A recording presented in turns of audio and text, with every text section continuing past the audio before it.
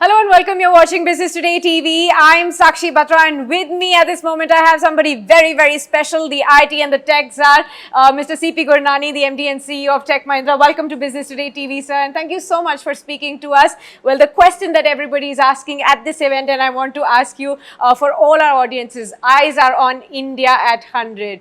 You know, going forward from here, over the next 25 years, where will technology really take us? What is the vision that you have for tech?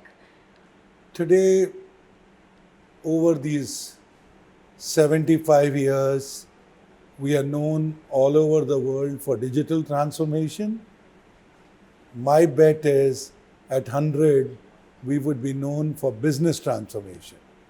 And coincidentally, business transformation is BT. Yes. So you guys should at least be happy. Absolutely. Right?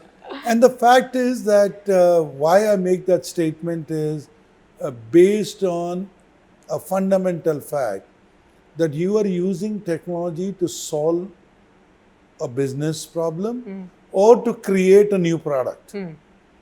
For both the cases, if we are now going to apply our minds to design from concept to a product, concept to a solution, I think we will be known for business transformation. Right. But right now, sir, some fear that the IT sector is slowing down. I mean, we had this boom period. Every time there is a challenge in the world, the IT sector steps up. We've seen the kind of transformation we've seen in the pandemic, the digitalization and everything. But post that, you know, there are fears of recession cropping up in the global world. If that happens, do you feel that there could be an impact in the outsourcing of the Indian IT firms? There could be slowing down in the order inflow and the client spends as well?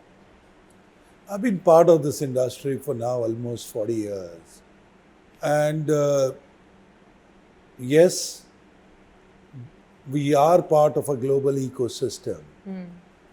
When there is a war or when there is an inflationary trend, it does impact Indian IT.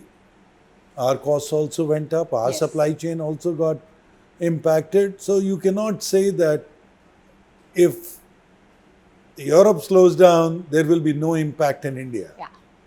But my own assessment is that last 35 years have proven that the rate of growth reduces, but it is still faster than most of the industry. And personally, I am more convinced that the recession, if it happens, it will be very temporary. And the recovery will be equally fast. At this moment, we are noticing that some of the global tech giants are putting the brakes on new hirings. Do you think something of that sort is happening in India? I mean, with the kind of hiring that happened in the last 2.5 years, I think there will be a little bit of, reprioritization. But I don't think we are trying to only talk about hiring. We're talking about the growth. We're talking about skilling. We're talking about reskilling. We're talking about new business opportunities, whether it is quantum computing, 5G, Metaverse, Multiverse. I mean, those are the new opportunities. So there is a tremendous shortage of people who are ready for newer technologies, and as long as we embrace new technologies and remain relevant, I don't think there will be any slowdown. Absolutely, and I do have to ask you about Metaverse because that is your pet project right now. That's what you are passionate about right now. At TechM, we are seeing some initial signs of, you're developing a Metaverse. How will TechM's Metaverse really work around? If you could help all our viewers really understand what will happen and how will it, unlock growth for you? I mean, the reality is that we are riding two waves. Number one is what is called the 5G wave, the connectivity wave. The second is the connected solution called Metaverse. There is no Metaverse without a connectivity. And the Metaverse, as you would have, visualized it, it's all about avatars, reality, and in a lot of ways about digital twins. I think our investment in blockchain, our investment in Web 3.0, we are more ready for industrial metaverse. I am not talking of metaverse in gaming alone. I'm not talking of metaverse only in, uh, training or simulation. I'm talking of metaverse redefining retail, redefining manufacturing, redefining dealer network, redefining the way auto is bought and sold. Okay. And we have now So you about take a test drive on the metaverse, right? 60 new customers. And I promise you, every second launch that you see in India, Okay. there is TechM inside. Okay, wonderful to hear that. We will definitely wait for that to happen. And I'm sure this is going to come in sooner than we really expected to come. The other point that you made was the 5G. Now, we've seen the spectrum allocation happen. Like a lot of peers are talking about from your end as well.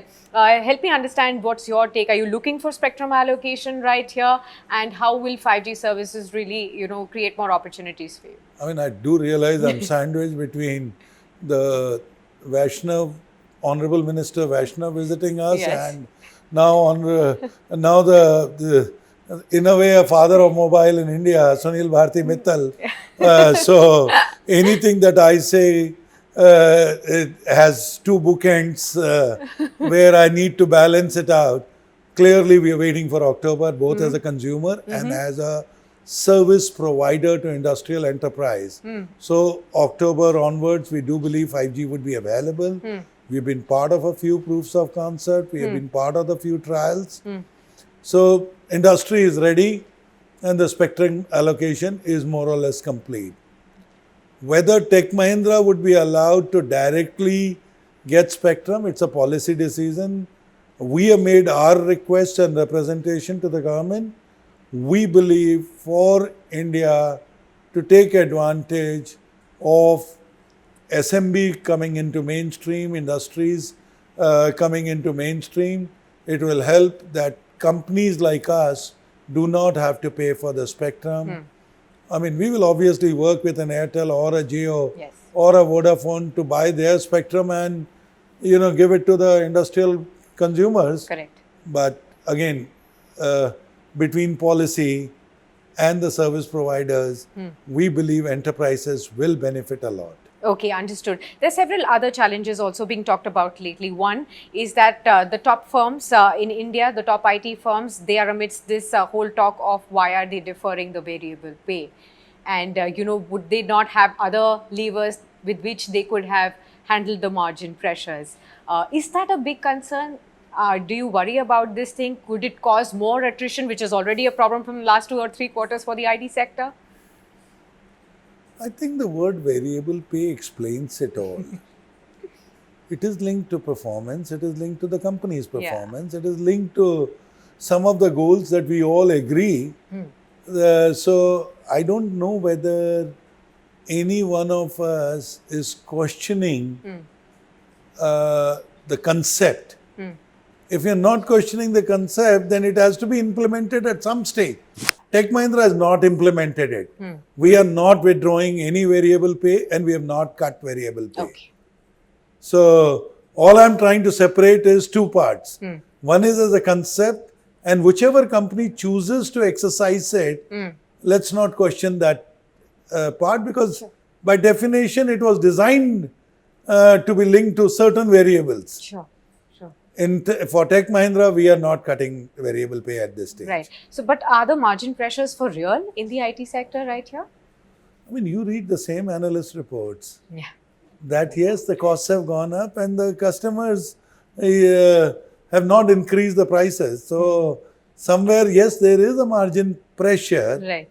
But as I said, we are one of those lucky industries Yeah. where our margins are better than most other industries. Yes, absolutely. Just last 2 more questions right there. One, the issue on the moonlighting, which has been the topmost debate right here. What is your view on this whole issue?